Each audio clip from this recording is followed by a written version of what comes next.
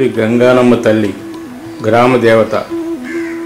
కులాలకు అతీతంగా మా ఊరిలో అందరినీ పూజిస్తారు మా పల్లెవాసులు.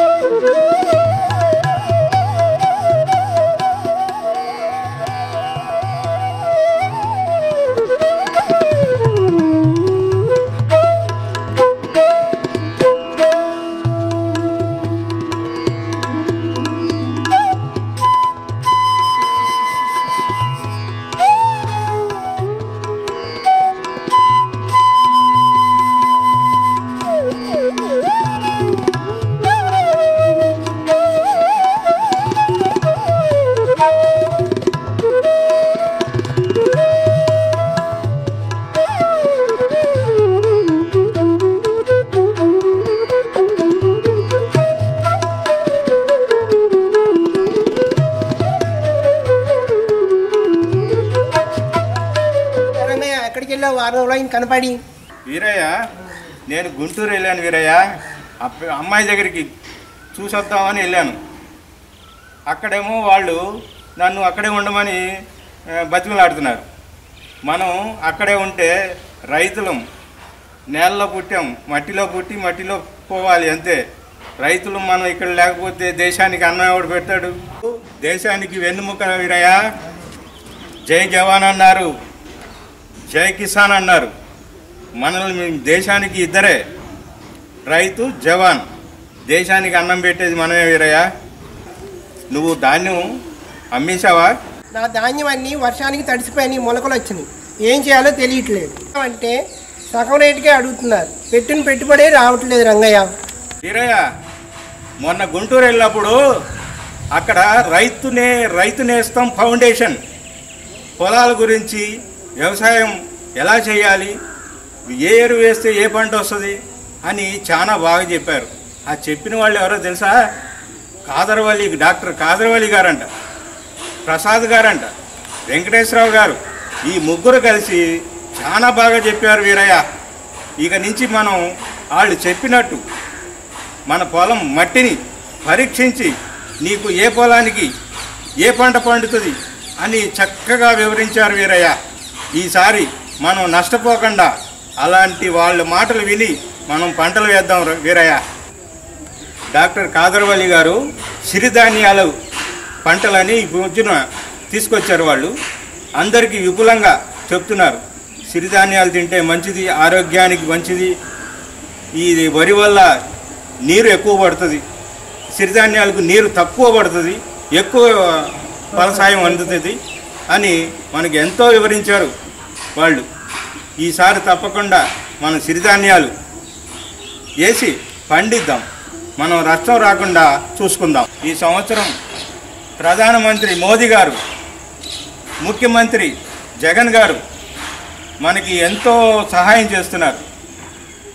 రైతు భరోసా అని, పింఛన్లని, అక్కా చెల్లెలు సహాయం అని ఎన్నో పథకాలు ఇచ్చి మన ఈ సంవత్సరం ఆదుకుంటున్నారు. ఇద్దరు ప్రధానమంత్రి గారు, ముఖ్యమంత్రి గారు వాళ్ళు ఎంతో మనకు సహాయం చేశారు ఈసారి.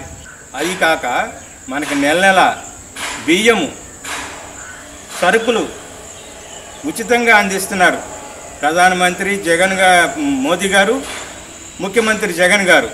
ఈ సరుకులన్నీ ఇన్ని నెలల నుంచి మనకు ప్రతి నెల ఉచితంగా మనకి సమకూరుస్తున్నారు. వారికి ఎంతో రుణపడి ఉన్నాం. అక్కా చెల్లెళ్ళు చేయుతని, డ్వాక్రా మహిళకి రుణాలు మాఫీ, ఇవన్నీ మనకి ముఖ్యమంత్రి గారు మనకి అందిస్తున్నారు, మనకి ఆదుకుంటున్నారు. నువ్వేం బాధపడకు, నీ మొలకలు వచ్చినాయి ఆ బియ్యాన్ని మనం ఎలాగోలా అమ్మేసి ఇకసారి మనం రెండోసారి కాదర్వల్లి లాంటి వారు చెప్పిన మాటలు విని ఏ పంట వేయాలి తెలుసుకొని మనం నష్టం రాకుండా రైతులందరికీ ఆదర్శంగా సిరిధాన్యాలు పండించాలి. ఈసారి నేను బొప్పాయి తోట వేసి, అరటి తోట వేసి నష్టపోయాను. కూలీలు రాక, బళ్ళు లోడ్ ఎత్తుకోవడానికి రాక మట్టిలోనే అన్నీ కలిసిపోతున్నాయి, పంట అంతా నాశనం అయిపోయింది. ఇప్పుడు నాకు చాలా కష్టకాలం వీరయ్య. ఎందుకంటే బ్యాంకు లోన్ తీసుకొని 4 నెలల కిస్తులు కట్టలేదు. బ్యాంకు వాళ్ళు ఎప్పుడు వస్తారా అని భయం గుర్తుంది వీరయ్య. ధాన్యం రేట్ లేదు, అప్పు ఇచ్చేవాడు లేడు, ఎవరి బాధలు వాడుకొని ఏం చేయాలో అర్థం కావట్లేదు. నారు పోసినవాడు నీరు పోయిపోతాడా అని చూస్తున్నాను భగవంతుడి దయ వల్ల. వీరయ్య, మనలాంటి మధ్య తరగతి రైతులు బ్రతుకు ఇంతే వీరయ్య. ఈ కరోనా వచ్చి అందరూ దేశం మొత్తం జనం అంతా అతలాకుతలం అయిపోతున్నారు వీరయ్య. మన గ్రామానికి కళాకాంతి, ఆరోగ్యం తిరిగి తీసుకురావాలి. పంటలకు తగిన మార్కెటింగ్ లేక, కనీస గిట్టుబాటు ధరలు రాక ఏటా అరటి, చీని, టమాటా, ఉల్లి, నిమ్మ, పసుపు, మిర్చి తదితర పంటలు పండించే రైతులు ఆందోళన చెందుతున్నారు వీరయ్య. పంటలు అమ్ముకునేందుకు ఏ ఒక్క రైతు కూడా ఇబ్బంది పడకూడదు. ఈ సమస్యకు పరిష్కారంగా ఆయా పంటలకు సంబంధించిన ప్రభుత్వ అధికారులు చర్య తీసుకోవాలి వీరయ్య. పండిన పంట గిట్టుబాటు ధర లభించే వరకు పండించే పంటను నిల్వ చేసుకునే సామర్థ్యం లేక రైతులు చాలా ఇబ్బంది పడేవారు. చాలినన్ని కోల్డ్ స్టోరేజీలు, గోదాములు లేక, సదుపాయం లేక ఇన్నాళ్ళు చాలా తీవ్రంగా నష్టపోయారు వారు. ఈ పరిస్థితి చక్కదిద్దే పంట పండిన చోటే నిల్వ చేసుకునే సామర్థ్యం కల్పించడం ద్వారా అన్నదాతకు వాసటగా నిలవాలి వీరయ్య. రంగయ్య, నీళ్ళల్లో బురదలో పనిచేసేవాడే రైతు. వ్యవసాయంలో ఖర్చులు తగ్గిస్తేనే లాభం వీరయ్య. అందుకు ఖర్చు తగ్గించే పద్ధతులపై కొన్ని దృష్టి పెట్టాను. ఎప్పుడైనా కొత్తగా చేసేటప్పుడు కొన్ని కష్టాలు ఉంటాయి. వాటిని ఎదిరించి నిలబడితేనే విజయం వశమవుతుంది. రైతు భరోసా కేంద్రాలు ఏర్పాటు చేసి రైతుకు నిత్యం అండగా ఉండాలనే సంకల్పంతో ప్రభుత్వం అనేక రైతు సంక్షేమ కార్యక్రమాలు నిర్వహిస్తుంటే ఎరువుల షాపుల యజమానులు మాత్రం వారి పందా మార్చుకోవడం లేదు. పట్టణంలో 20 ఫర్టిలైజర్ షాపులు ఉన్నాయి. 20 మంది యజమానులది ఒకే మాట, ఒకే బాట. రైతుకు పంట సాగు భారం కాకూడదనే ప్రభుత్వం భావిస్తుంటే షాపుల యజమానులు ప్రవర్తన రైతుకు పెనుభారంగా మారుతుంది. చిరుధాన్యాలు ఆహారంలో ఉండేలా చూసుకోవాలి. కొర్రలు, అండుకొర్రలు, అరికలు సమృద్ధిగా పోషకాలు లభిస్తాయి. కరోనా సమయంలో వీటిని తీసుకోవడం చాలా మంచిది వీరయ్య. మనం రేపు వేసే పంట చిరుధాన్యాలు పండించి మనం కాదరవల్లి గారు చెప్పిన మాటలు విని ఈసారి సిరిధాన్యాలు పండించి లాభాలు తీసుకున్నాం.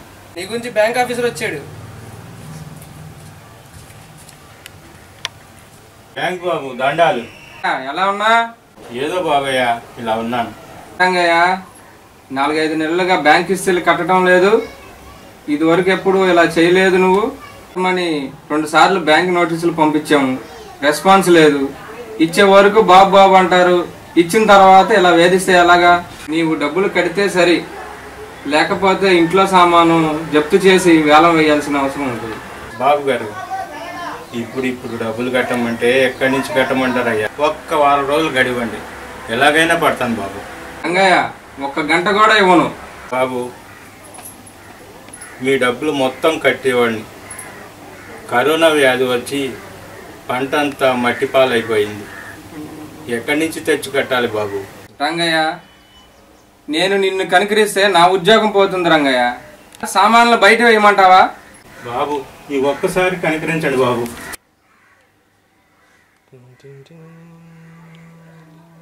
రైతు బ్రతుకు ఇలా దిగజారిపోతుందని ఏనాడు అనుకోలేదు బాబు. బాబు గారు ఒక్క క్షణం ఆగండి. సీత బ్యాంక్ మేనేజర్ గారు వచ్చారు. ఏం చేయమంటావు సీత? నేనంతా విన్నానండి, బ్యాంక్ మేనేజర్ గారు చెప్పింది. ఒక్క క్షణం ఆగండి. కట్టి ఇది బ్యాంక్ మేనేజర్కి కిస్తు కట్టండి. ఇది నా మెడలో కట్టి ఇది బ్యాంక్ మేనేజర్కి జమ అయ్యాను. మీరు బాధపడండి. బ్యాంక్ బాబు ఈ ఒక్కసారికి ఈ బంగారం తీసుకొని జమ అయ్యండి. సరే రంగయ్య, వచ్చినందుకు ఎంతో కొంత జమేసావు.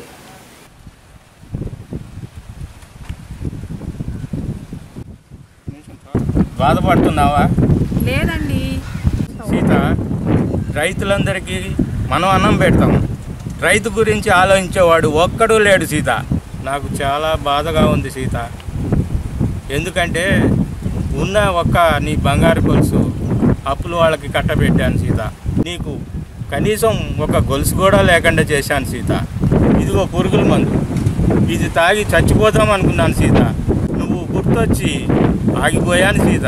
ఏమండి, కలిమిలేములు వెలుగు నీడల్లా అంటుంది, వస్తూ పోతూ ఉంటాయి. కరోనా మహమ్మారి రాకపోతే అందరి జీవితాలు బాగుండేవి కదండి. అంటే అర్థం చేసుకునే భార్యలు ఉంటే సీత, లోకంలో ఏ రైతు ఆత్మహత్య చేసుకోడు సీత. ఈసారి సిరిధాన్యాలు పండిస్తాను సీత. ఎటువంటి కష్టాలు రాకుండా చూసుకుంటాను సీత నిన్ను. పల్లెలు బాగుంటేనే దేశం బాగుంటుందని పూజ్య బాపూజీ ఎప్పుడో చెప్పాడు సీత. ఉడమి తల్లి పూర్ణ గర్భిణి, పుట్టుకలతో నిత్య బాలింత, తరతరాలను మోస్తుంది, అంతరాలని ఆహ్వాని